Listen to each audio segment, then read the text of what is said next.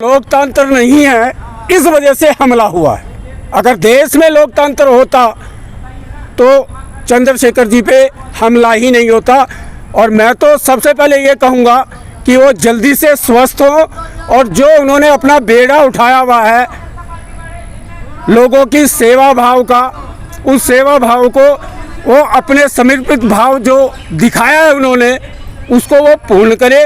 लेकिन इस देश के अंदर उनका जो समर्पण का भाव है वो भी जब पूरा होता है जब इस देश की उद्योगपति और मंदिर समूह उनको इस देश के अंदर लोकतंत्र की रक्षा करने की अनुमति देंगे। उन लोगों की अनुमति न होने के कारण ही इस देश में उनके साथ ये हमला हुआ है।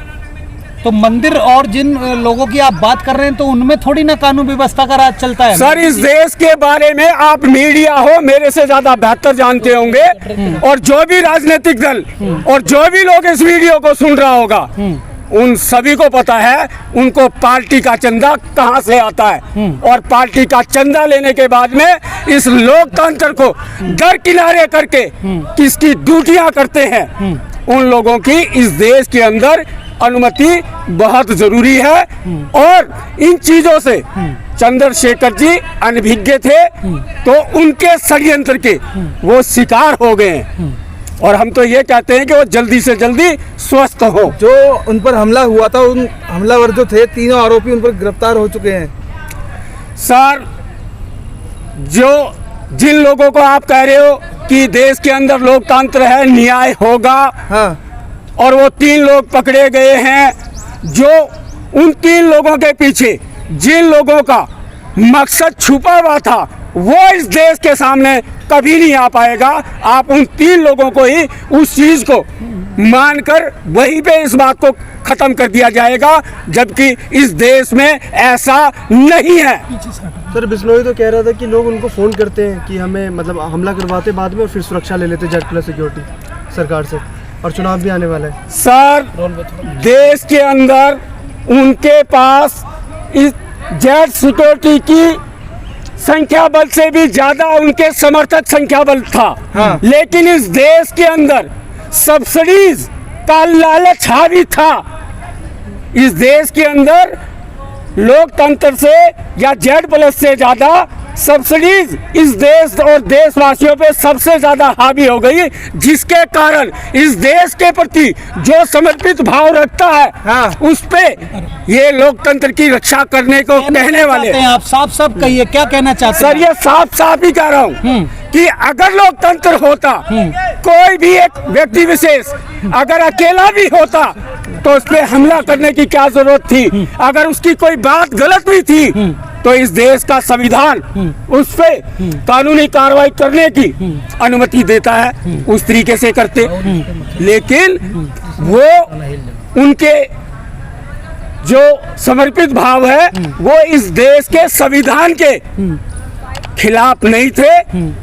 वो कुछ चंद लोग जो इस देश के लोकतंत्र के ठेकेदार समझते हैं, उन लोगों को उनसे डर हुआ, उन लोगों के मुताबिक हमला हुआ। दलित समाज के तो मायावती सबसे अहम नेता है, उनके साथ कभी ऐसा घटना नहीं घटा और चंद्रशेखर के साथ ही क्यों घटा है फिर ज्यादा है? आपने देखा होगा मायावती जी पहले मुख्यमंत्री बन गई थी और उनको सोने की चप्पलें भी गिफ्ट मिलने लग गई थी। तो इसका मतलब आप समझ सकते हैं कि वो किस समुदाय में जाकर अपनी सहमति दे दी थी। और आज उनका अगर राजनीतिक हाशिया के इस पर बैठी है तो उसका यही कारण है, समाज ने बढ़ चढ़ के उनको सहयोग दिया। और समाज कहाँ है? अगर लोकतंत्र है तो समाज ने डेवलपमेंट क्यों नहीं किया? और आज वो उस समाज की दुख को, पीड़ा को देशवासियों के सामने लाने की कोशिश कर रहे हैं, तो सारा गुट एक होकर उनको ऐसी यातनाएं और पीड़ा देकर उनको के मनोबल को तोड़ने का काम कर रहे हैं। पर सरकार ऐसा करेगी क्यों? सरकार क्योंकि वो तो चेहरा भी नहीं इतने बड़े, क्योंकि सरकार पीछे पड़ी हुई है। आज के टाइम पे कौन सी सरकार है जो इन देशवासियों के साथ छल नहीं कर रही है? हर सरकार छल कर रही है। सारे कैमरों तो और उन सरकारों के खिलाफ हाँ एक चंद्रशेखर रावण इस बात को रख रहा है तो खिलाफत हुई ना, जबकि वो सत्यता को रख रहा है। अच्छा, पर जिसके पास खुद की आर्मी हो उसको फिर काहे का डर? आपको मैंने एक चीज बोला है, उनकी आर्मी है, मैं उन चीजों से वो अनभिज्ञ है। इस देश का देशवासी सब्सिडीज के ऊपर निर्भर है। अच्छा, तो सब्सिडीज जहाँ पे आ जाती है वहां पर न्याय की बातें खत्म हो जाती हैं, और वही चीज हुआ जिसकी बदौलत वहां पर खड़े लोग तमाशबीन बने रहे और उन पे हमला हो गया। तो क्या दलित एक नेता नहीं बन सकता इस देश में? बन सकता होता, लोकतंत्र होता तो उनके साथ ऐसा दुर्व्यवहार होता।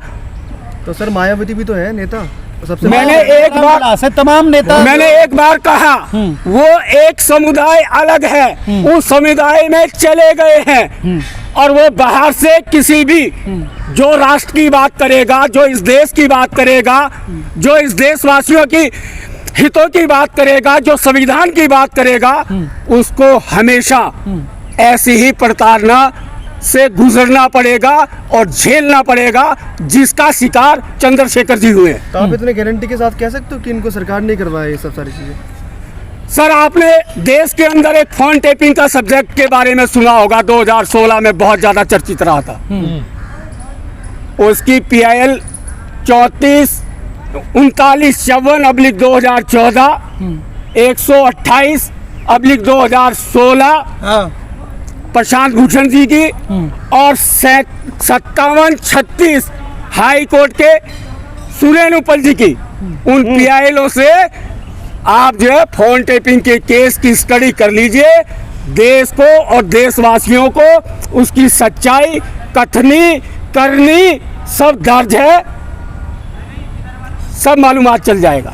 लोग ऐसा भी कह रहे हैं कि उन्होंने खिलाड़ियों का समर्थन करा था इसलिए उन पे हमला हो गया, क्योंकि एक जाति विशेष के जो समुदाय के खिलाफ जा रहा था मामला। खिलाड़ी भी न्याय की बात कर रहे थे, तो न्याय करने वालों को हमेशा इस देश में वो समुदाय, आप कहते हैं कि लोकतंत्र है, रजवाड़े खत्म हो गए हैं, हर राजनीतिक दल रजवाड़ा बन चुका है। अच्छा, वो रजवाड़ा परिवार, वो राजनीतिक दल इस देश की बात करने वाले को कभी भी अपने सामने नहीं देखना चाहता। तो नेता नहीं बनने देगा वो समाज जिसकी आप बात कर रहे हैं? नहीं बनने देगा। अच्छा, जिस वजह से तो हमला हुआ, वो तो बच गए। कुछ हो सकता है, कुछ गरीबों की ऐसी दुआएं हो जिनकी मदद की हो, नहीं तो उनके मुताबिक गोली चलने का मतलब तो मर ही गए थे। सर उनकी पार्टी तो Z+ सिक्योरिटी, अगर सभी Z+ सिक्योरिटी मांगने लग गए तो फिर तो हो गया।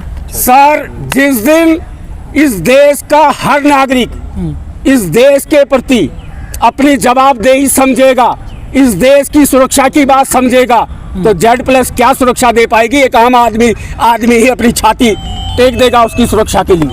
लेकिन इस चीज का सब्सिडीज ने, इस देश की नीति ने उन लोगों की उस बहादुरी को दबा दिया है, जिसके कारण इतनी जनता होने के बाद भी एक LI को होने दिया। इसको क्या कहते हैं आप?